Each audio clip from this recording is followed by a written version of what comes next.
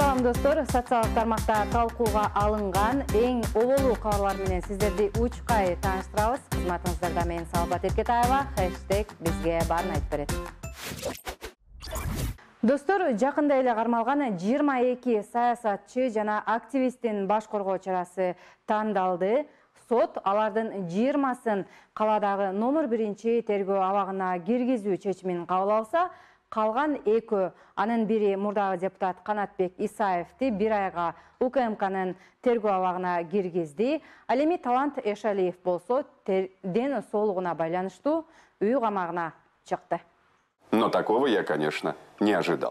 Кармалгандардын бардыгы Кемпир-Абад боюнча комитет түзүшкөн. Алардын курамында саясатчылар жана активисттер болгон. Мына ошолордун арасындагы дагы бир активист Тилекмат Куренов камоолорду угары менен дароо өлкөдөн чыгып кеткени белгилүү болду. Да ладно. Кемпир-Абадты бербейбиз, коргойбуз деп төш кагып, патриоты болмуштардын минте өлкөдөн чыгып кетип жатышы социалдык тармактын колдонуучулары арасында катуу талкууга алынып жатат. Булардын көбү Америка өңдүү мамлекеттерге баш паник сурамыш болуп кирип кетүүнү ойлоп, бийликке каршы чыгымыш болуп коюшат. Ойлору кыргыз эл эмес, башка да. Булардын баарынын максаты жөн эле саясий баш паник алуу. Эч кимиси элим, жерим деген ою жок. Рита Жеңиш Клара Равшаны баш болуп. Кезинде президент Садыр Жапаров бир катар оппозициялык саясатчылар менен жарандык активисттердин камалышы боюнча дагы үн катты. Кемпир-Абад маселеси бийликке жетүүнүн шылтоосу гана экенин өлкө башчы белгиледи. Достор, эми башка кабарлардан азын-оолак айтып өтөлү. Күз мезгили келип, жалбырактар аргылы жерде, айрыкча конуштарда өрттөнүп жатканын байкап жатсаңыздар керек.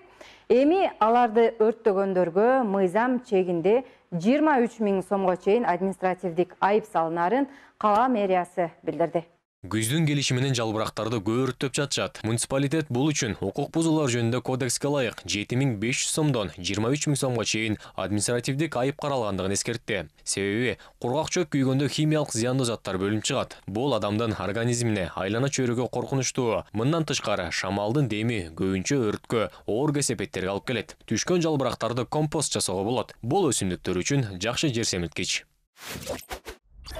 Достор, жакында эле Кыргызстанда 7 миллиончу жаран жарык дүйнөгө келгенин бардыңыздар эле билсеңиздер керек. Анын атына атайын депозиттик эсеп ачылып, 1 миллион сом салынары маалымдалган. 7 миллионунчу бөбөк эрезеге жетип, 16га чыкканда 1 миллион сом 11,5 миллион сом болорун министрлер кабинетинин төрагасынын орун басары Эдил Байсалов билдирди. Мына ушундай жагымдуу маанайда бүгүнкү берүүбүздү жыйынтыктайбыз. Сиздердин кызматыңыздарда мен Салбат Эркетаева болдум. Көрүшкөнчө.